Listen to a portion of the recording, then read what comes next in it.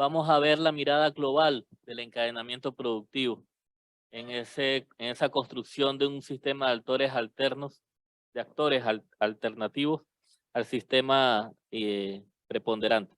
Para ello, Camilo Rivero, presidente del Instituto Venezolano de Planificación Aplicada, ente adscrito al Ministerio del Poder Popular de Planificación, le damos la bienvenida.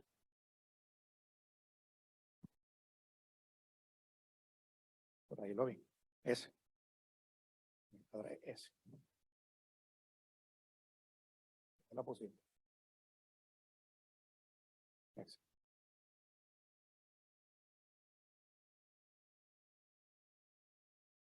Lo avanzo aquí. Aquí, ok. Hola, buenas tardes a todas y a todos. Efectivamente vamos a culminar la jornada con esta ponencia. Entonces, en aras del tiempo, de la hora y del tiempo asignado para la intervención, voy a tratar de ser lo más conciso posible, dar unas especies de pinceladas para poner el tema en el tapete, ¿no? Entendiendo que es un tema bastante complejo, bastante denso y que amerita un tiempo relativamente largo para poder desarrollarlo a cabalidad. Entonces, bueno, esta ponencia lo que busca es darle una dimensión internacional a lo que hasta ahora se ha venido planteando en las intervenciones anteriores de lo que son la conformación de los encadenamientos productivos. ¿Qué pasó ahí? Ah, ok. Bueno, entonces, ¿cómo así? ¿Cómo se insertan estos encadenamientos productivos nacionales? ¿Cómo se insertan en el concierto económico internacional? De manera que aquí cuando estamos hablando de regional, nos estaremos refiriendo al ámbito latinoamericano. Y cuando hablemos de global, ya estamos en el alcance internacional o mundial. Bueno, comencemos. Déjame estar pendiente del tiempo para no... Ok. Bueno, creo que como punto de partida es necesario insistir, para que esto no quede suelto, en reivindicar el carácter social de la economía y su dimensión productiva, en contraposición a la economía financiera especulativa, que es la que rige las dinámicas y los procesos económicos a nivel mundial. De manera que estamos hablando de una economía cuyo propósito no es otro que generar el bienestar social en la población en función de satisfacer las necesidades materiales o espirituales, bien sea las necesidades básicas y las que no son básicas, pero que también son necesarias. ¿Okay? Y desde este punto de vista, el carácter productivo de la economía, generadora de bienes y servicios, generadora de empleo, generadora de bienestar, en contraposición con la economía financiera especulativa que genera riqueza, pero no genera lo otro que hemos hablado anteriormente. Entonces creo que ese es el punto de partida que nos debe, sobre el cual debemos desarrollar este tema. Entonces, bueno, lo que estamos hablando es cómo se insertan los distintos tipos de agentes económicos nacionales en el concierto económico internacional, y aquí el elemento fundamental, que es el tema de hoy, es mediante la figura de los encadenamientos productivos. Pero en este caso vamos a tener dos alcances.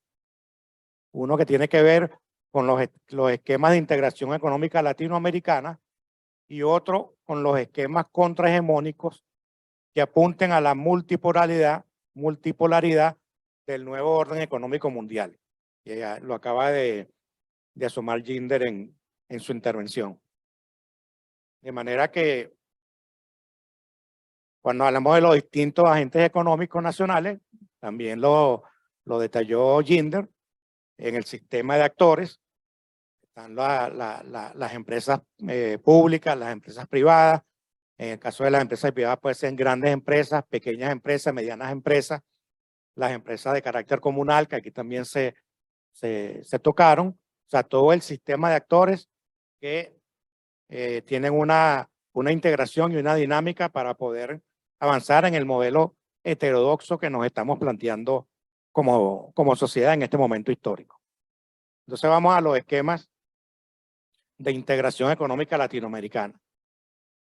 En este sentido, hay dos conceptos que son claves para poder entender el desarrollo y el alcance de este esquema. En primer lugar, los proyectos de integración productiva regional, ¿no? Y por otra parte, las empresas de integración productiva. Son dos conceptos.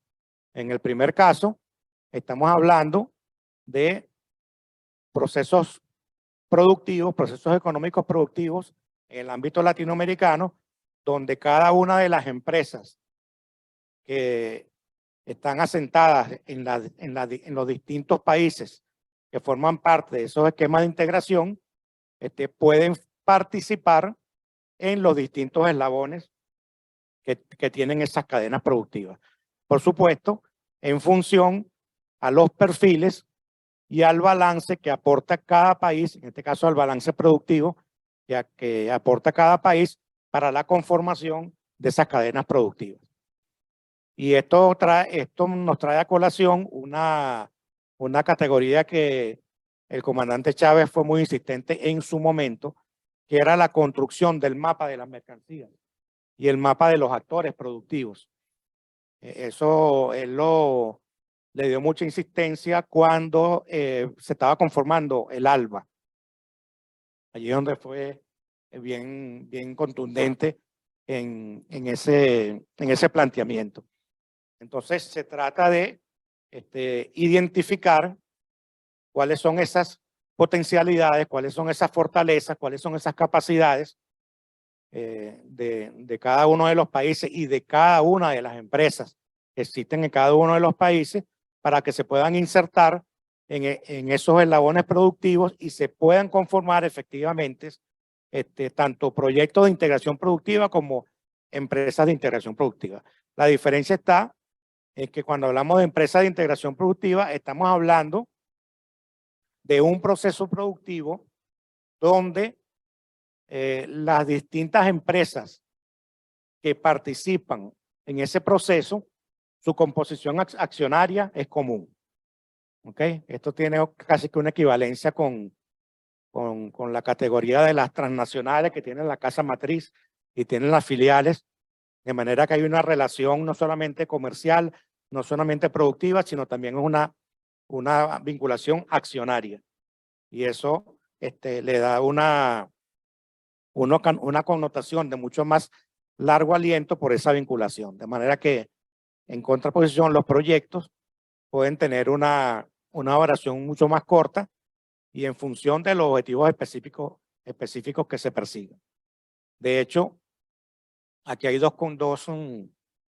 categorías que son contrarias.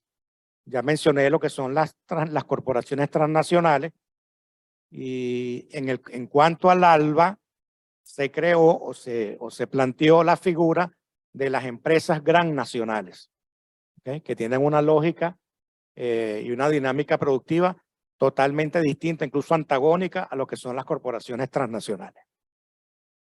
Bueno, de lo que se trata entonces es de acoplar y aprovechar las capacidades y potencialidades productivas conjuntas, cuando hablamos de conjuntas en el seno del bloque de integración económica que se esté conformando, ¿okay? Siempre vista, repito, desde una perspectiva de bloque y no desde una perspectiva de la sumatoria de las capacidades individuales de cada uno de los países, ¿okay? Y eso le va a otorgar una mayor viabilidad a las iniciativas que se propongan, ¿okay? Entendiendo esa frase que siempre se dice que el todo es más que la suma de las partes, ¿okay? Entonces, las fortalezas conjuntas potencian las capacidades productivas más allá de lo que individualmente tiene cada país.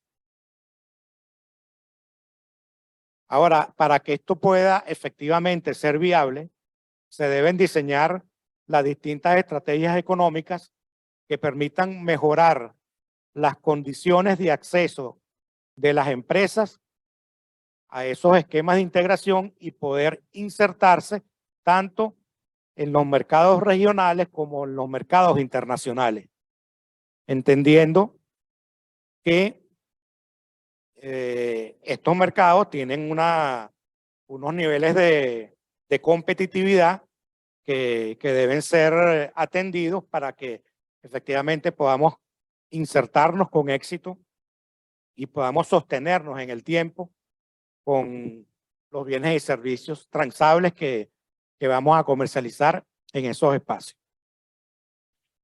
De manera que esta inserción y esta conformación de las empresas que van a formar parte de estos esquemas de integración productiva y de encadenamientos productivos regionales, tiene que tener también como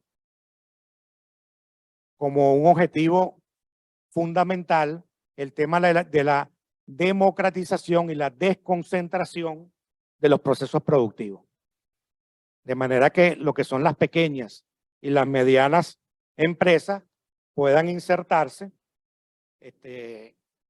con las mismas posibilidades que las grandes empresas, que son las que por su propia naturaleza pueden tener mayor posibilidad de hacerlo por esa misma razón, ¿no?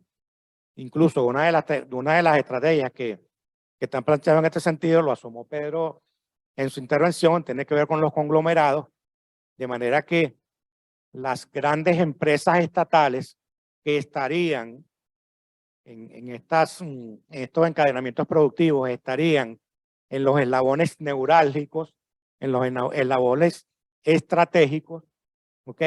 Puedan arrastrar tras de sí a estas pequeñas empresas de escala comunal, de escala familiar, y que no sé si decía alguien por aquí ¿quién habló de que no fuera el 0,1%, que fuiste tú, ¿verdad? O sea, que pueda arrastrar y que lo arrastre con el peso que tiene la empresa estatal.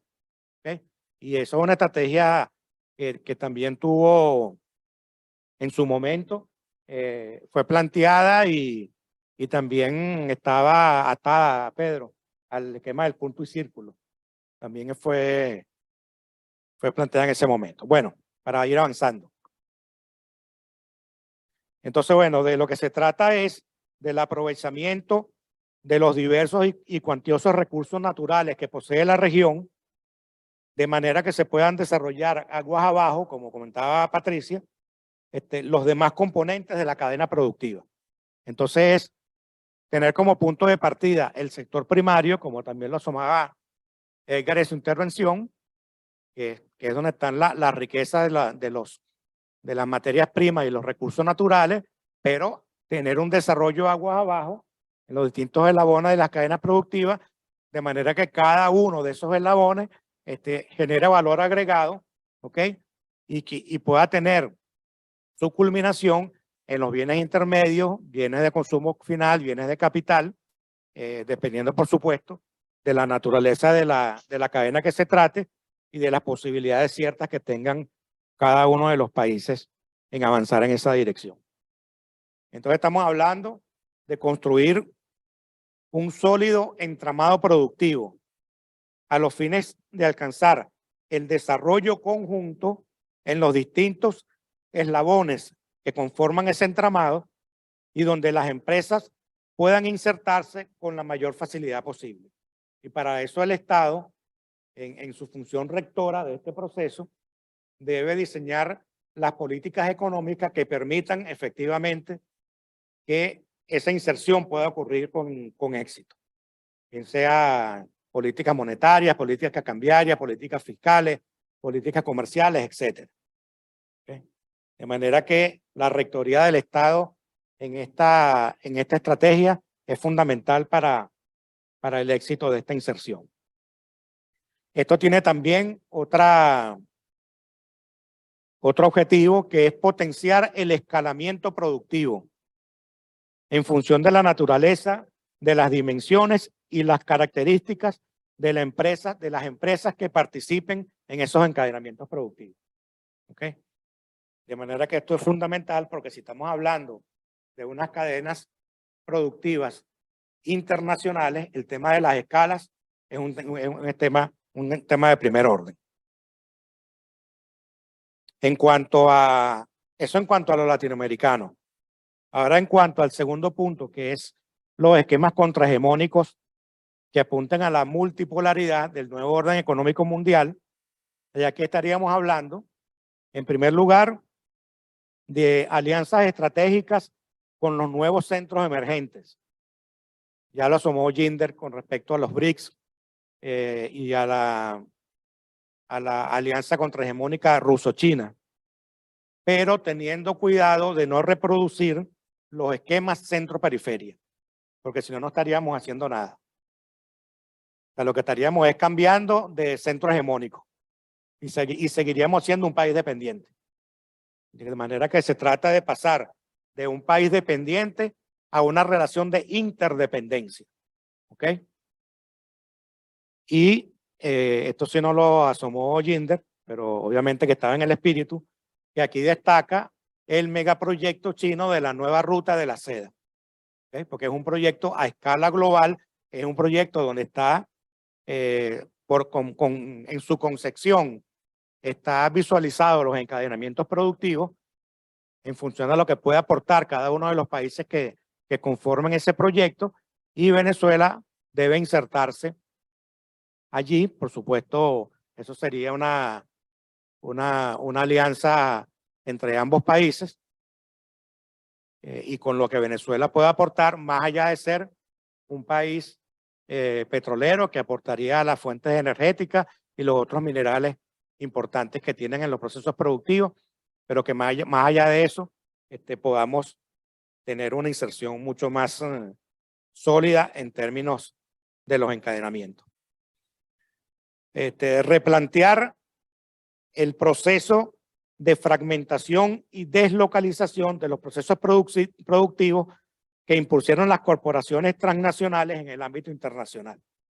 Porque esto es una lógica, los encadenamientos productivos también tienen una lógica transnacional, ¿okay? Que obedecen a sus intereses, que obedecen a la manera como maximizan la tasa de ganancia como corporación, ¿ok? De manera que ese proceso forma parte del desarrollo del capital, ¿okay? Y de lo que se trata es de hacer un planteamiento alternativo, pero que tenga también estas características de unos procesos. Cuando estamos hablando de una cadena productiva regional o internacional, estamos diciendo que cada país, o que en cada país van a estar asentadas las empresas que van a estar localizadas en cada uno de los eslabones productivos. ¿Ok? De manera que ahí la deslocalización del proceso productivo también tiene vigencia. Y por último, con esto termino, abordar y solventar las situaciones disfuncionales que con toda seguridad se van a presentar en el desarrollo de este proceso, porque esto va a ocurrir.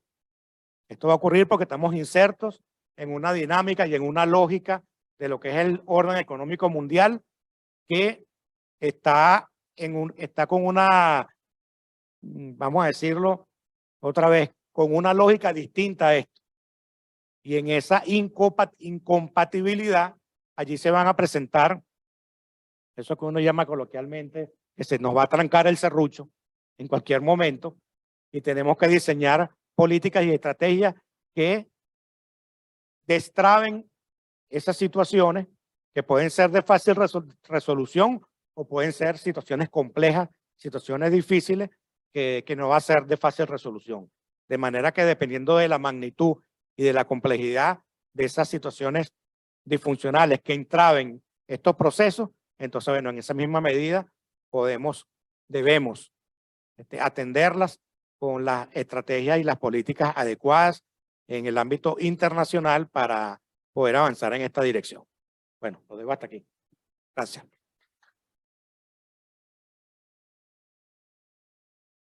Bueno, muchas gracias, Camilo, presidente del Instituto Venezolano de Planificación Aplicada.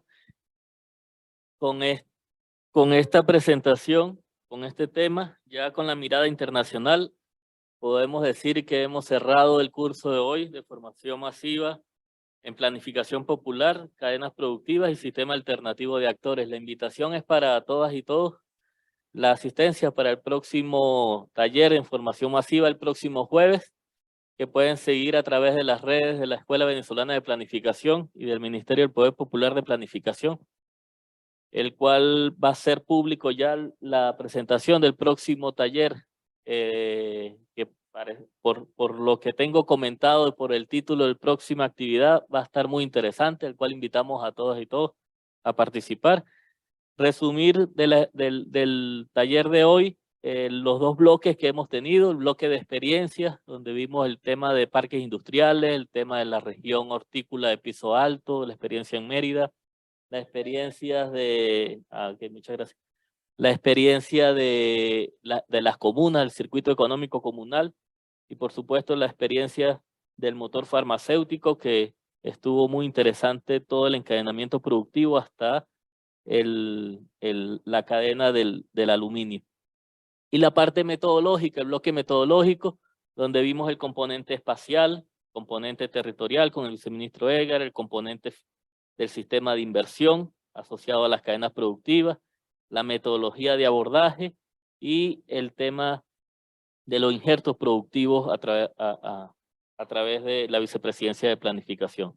Y para cerrar, esta mirada internacional del encadenamiento y como un sistema de dominación debe ser transformado en un sistema liberador, planteado en el plan de la patria y que nos une como hermanos en una matriz de complementariedad y solidaridad con otros países. Agradecido entonces por la asistencia. El curso se llama, se me bloqueó aquí del próximo, bloquealo aquí. El curso del próximo jueves se llama La economía detrás de los desechos sólidos. Muy interesante, la invitación a participar a través de la red de la página de la Escuela Venezolana de Planificación y del link activo ya en el portal de la página de registro de estudiantes. Agradecido una vez más.